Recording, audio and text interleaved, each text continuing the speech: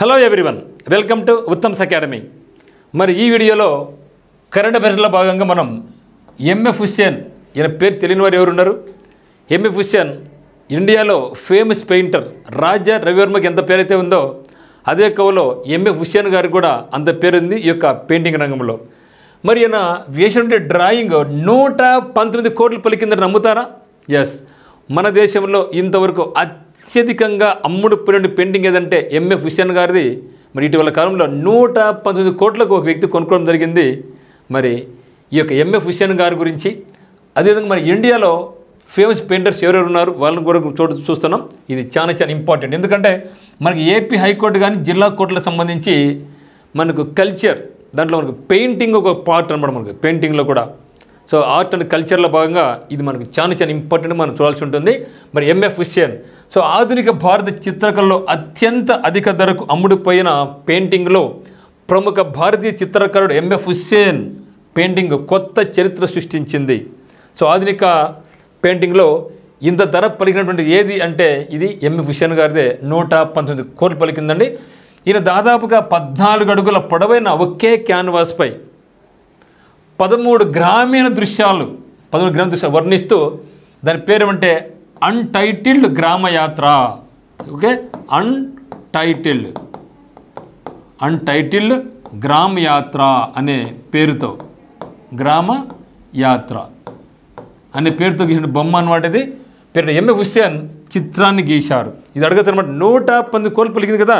మరి ఇక 119 కోట్ల ధరలు పలికినటువంటి ఇది ఈ పెయింటింగ్ పేరు ఏమి అడగచ్చు అనమాట. దీని పేరు ఏమైనా మనకు అన్టైటిల్డ్ గ్రామయాత్ర. అన్టైటిల్డ్ గ్రామయాత్ర ఈ చిత్రాన్ని ఎంఎఫ్ హుస్సేన్ గీశారు. దీనిని యుఎస్ అమెరికాలోని న్యూయార్క్లో మార్చి 19, 2020 తేదీన క్రిస్టీ వేలంపాట, ఏ సంస్థ అండి? క్రిస్టీ వేలంపాట సంస్థ. సో క్రిస్టీ అనే ఒక సంస్థ ఇది వేలం వేస్తూ ఉంటుంది. ఆ యొక్క సంస్థ దక్షిణాసియా ఆధునిక సమకాలీన కళ పేరిట వేలవేగా $13.8 మిలియన్ అంటే దాదాపుగా 119.5 కోట్ల రూపాయలకు అమ్ముడైపోయింది. సో ఎక్కడ వేలం వేశారు దీన్ని? అమెరికాలో న్యూయార్క్లో. ఏ సంస్థ వేసింది? క్రిస్టీ అనే సంస్థ దీని యొక్క వేలం వేసింది. గతంలో అమృత షేర్గిల్ అనే భారతీయ చిత్రకారిణి, ఈమె కూడా ఫేమస్ పెయింటర్, ఫీమేల్ పెయింటర్. చాలా గుర్తుపెట్టుకోవడం మీద చాలా ఇంపార్టెంట్ పర్సనాలిటీ. అమృత షేర్గిల్ అనే ఫీమేల్ పెయింటర్ 1937లో ఏం పేరుతో ద స్టోరీ టెల్లర్ పేరుతో వేసిన బొమ్మకి 2023లో ముంబై వేలంపాట్లో 61.8 కోట్లు అమ్ముడైపోయింది. ఎప్పుడు ఇది? సో 2023లో 1937లో ఆమె బొమ్మ వేస్తే ఆ బొమ్మ పేరు ఏం పేరు? అమృత షేర్గిల్. ఆ యొక్క బొమ్మ పేరు ఏం పేరు అంటే ద స్టోరీ టెల్లర్. ఆ యొక్క పెయింటింగ్ పేరు ఏం పేరు? The story teller. అదేవిధంగా మరి ఎంఎఫ్ హుస్సేన్ గారిది మనకు 119 కోట్లకు అమ్ముడిపోయింది కదా. ఈ యొక్క చిత్రం పేరు ఏమంటే అన్టైటిల్డ్ గ్రామయాత్ర.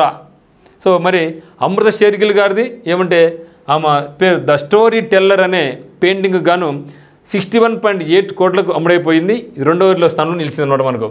అయితే మరి ఎంఎఫ్ హుస్సేన్ ఈయన పూర్తి పేరు ఏమంటే మక్బూల్ ఫిదా Hussain.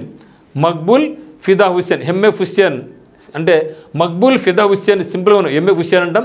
Was an Indian painter and film director. India యొక్క పెయింటరే కాకుండా ఈయన ఫిల్మ్ డైరెక్టర్ అనమాట. Who painted narrative paintings in modified cubist style అనమాట. ఈయన స్టైల్ పేరు ఏమంటే మోడిఫైడ్ క్యూబిస్ట్ స్టైల్. ఈయన 17 సెప్టెంబర్ 1915లో బాంబేలో జన్మించారు. మరి 9 జూన్ 2011లో లండన్లో మరణించారన్నమాట. మరి ఈయనకు ఈ మహానుభావునికి పద్మభూషణ్ 1973లో అవార్డు రావడం జరిగింది. పద్మవిభూషణ్ 1991లో రావడం జరిగింది. మరి రాజ్యసభ మెంబర్గా కూడా 1986 నుంచి 1992 వరకు రాజ్యసభ మెంబర్గా కూడా ఆయన పనిచేయడం జరిగింది. మరి the previous record for a modern Indian work was $7.4 million for Amrita Sher-Gil's. Okay, Amrita Shergill.